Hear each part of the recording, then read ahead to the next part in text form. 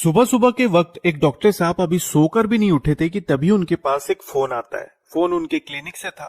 पता चलता है कि आज उनके क्लिनिक में मरीजों की अच्छी खासी भीड़ रहने वाली है। फोन रखने के बाद डॉक्टर साहब तुरंत तैयार होते हैं और क्लिनिक के लिए निकल जाते हैं। क्लिनिक पहुंचने के बाद वो देखते हैं कि मरीजों की अच्छी खासी भीड़ जमा हो रखी है। वो तुरंत अपने कैबिन में पहुंचते हैं और एक के बाद एक मरीजों को देखना शुरू करते हैं। अब उन्होंने शायद 2 या 4 मरीज ही देखे होंगे कि तभी उनके पास एक मरीज आता है। डॉक्टर साहब पूछते हैं कि बताओ भाई क्या तकलीफ है। मरीज अपनी तकलीफ बताता है। फिर डॉक्टर साहब उसे चेक करना शुरू करते हैं। लेकिन फिर इलाज के दौरान डॉक्टर साहब पूछते हैं कि तुम करते क्या हो। तब वो कहता है कि डॉक्टर साहब मैं मजदूर हूँ और पहाड़ों में खुदाई का काम करता हूँ। अब ये बात सुनकर डॉक्टर साहब के मन में थोड़ी जिज्ञासा पैदा होती है। वो पूछते हैं कि अभी तुम्हारा कहाँ काम चल रहा है, कौन सी जगह पर तुम अभी खुदाई कर रहे हो। मरीज बताने लगता है कि साहब अभी हम पास में ही खुदाई करने का काम कर रहे हैं। अब इसी तरह डॉक्टर और मरीज की बातें चल रही थी, लेकिन बातों बातों में वो मजदूर डॉक्टर साहब को एक ऐसी बात बता देता है जिसे सुनकर डॉक्टर साहब के पैरों तले जमीन खिसक जाती है। वो कहता है कि डॉक्टर साहब हाल ही में खुदाई के दौरान हमें कुछ ऐसी चीजें मिली है जिसके बारे में हम खुलकर किसी से बात नहीं कर सकते,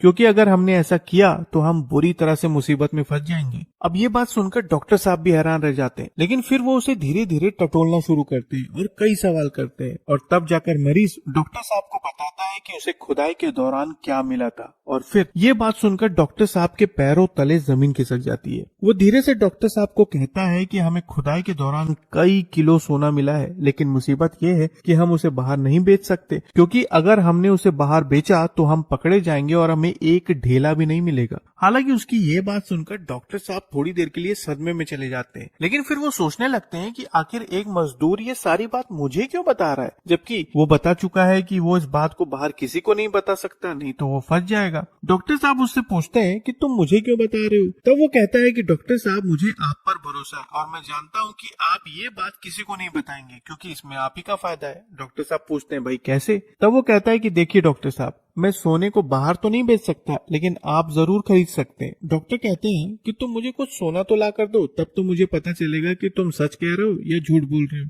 अब इतना कहने की देर थी कि मजदूर अपनी जेब से सोने की ढेर सारी गिन्नियां निकालता है और डॉक्टर साहब को दे देता है। वो कहता है कि डॉक्टर साहब ये वही सोना है जो हमें खुदाई के दौरान मिला था। डॉक्टर साहब कहते हैं कि ठीक है, तुम ऐसा करो, तुम मुझे बाद में मिलना, मैं थोड़ा सोचकर बताता हूँ, और अभी ये सोना मैं अपने पास रखा हूँ। अब डॉक्टर उन सोने की गिन्नियों को लेकर एक सुनार के पास जाता है, ये पता लगाने के लिए कि ये सोना असली है या नकली। अब जैसे ही सुनार उसकी जांच करता है तब वो कहता है कि ये सारा का सारा सोना असली है। अब ये बात सुनकर डॉक्टर साहब के चेहरे पर एक अलग ही मुस्कान आ जाती है और इसके बाद वो सीधा उस मजदूर से मिलते हैं। वो उससे कहते हैं कि तुम मुझे कितना सोना दे सकते हो। मजदूर कहता है कि साहब मेरे पास तो बहुत सारा सोना है, आप बताइए आपको कितना चाहिए। डॉक्टर साहब कहते हैं कि 1 किलो सोना तुम कितने में दोगे। तब वो कहता है कि साहब 1 किलो सोना मैं 12 लाख रुपए में दूंगा। अब ये बात सुनकर डॉक्टर साहब के मन में लड्डू फूटने लगता है। वो तुरंत पैसों का इंतजाम करते हैं और उस मजदूर से 1 किलो सोना खरीद लेते हैं। सोना मिलने के बाद डॉक्टर साहब वहां से चले जाते हैं, लेकिन फिर कुछ समय बाद जब डॉक्टर उस 1 किलो सोने में से कुछ सोना बाजार लेकर पहुंचते हैं तब उन्हें ऐसी बात का पता चलता है जिसे सुनकर उनके होश फाख्ता हो जाते हैं। लेकिन हैरानी की बात यह थी कि ये घटना सिर्फ एक डॉक्टर साहब के साथ नहीं हुई थी, बल्कि जबलपुर के रहने वाले कई डॉक्टरों के साथ ये खेल खेला जा चुका था। खबरों की माने तो जांच के दौरान ये बात सामने आई कि कई डॉक्टर इस सोने के चक्रव्यूह में फंस चुके थे और इसी तरह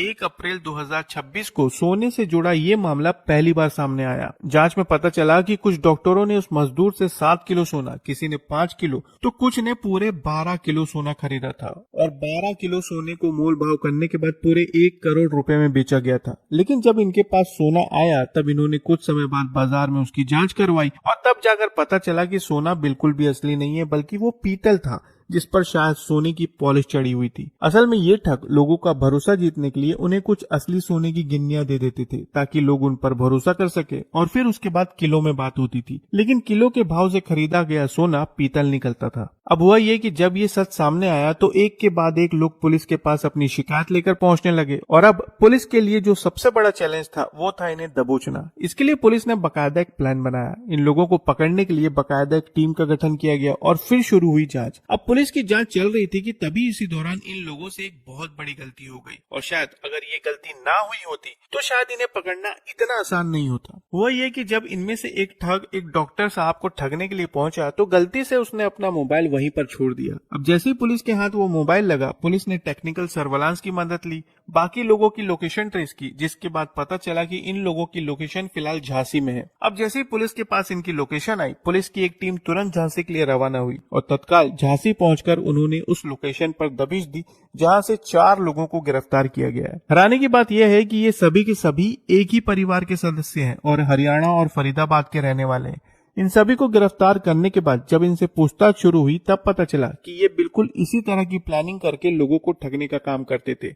इसके अलावा जब आगे की पूछताछ हुई तब इनके पास से 1,55,00,000 रुपए नगद, 84 ग्राम असली सोना और लगभग 20 किलो नकली सोने की गिन्नियां बरामद हुई हैं। लेकिन फिलहाल ये मामला पूरी तरह से खत्म नहीं हुआ है। पुलिस आरोपियों से पूछताछ कर रही है और ये जानने की कोशिश कर रही है कि इस गिरोह ने और किन किन लोगों को अपना शिकार बनाया है। तो देखा जाए तो फिलहाल पुलिस इस मामले में जांच कर रही है, लेकिन इस घटना से ये बात साबित होती है कि कई बार लोग लालच में आकर पूरी तरह से अंधे हो जाते हैं और उसके बाद उन्हें कुछ भी दिखाई नहीं देता।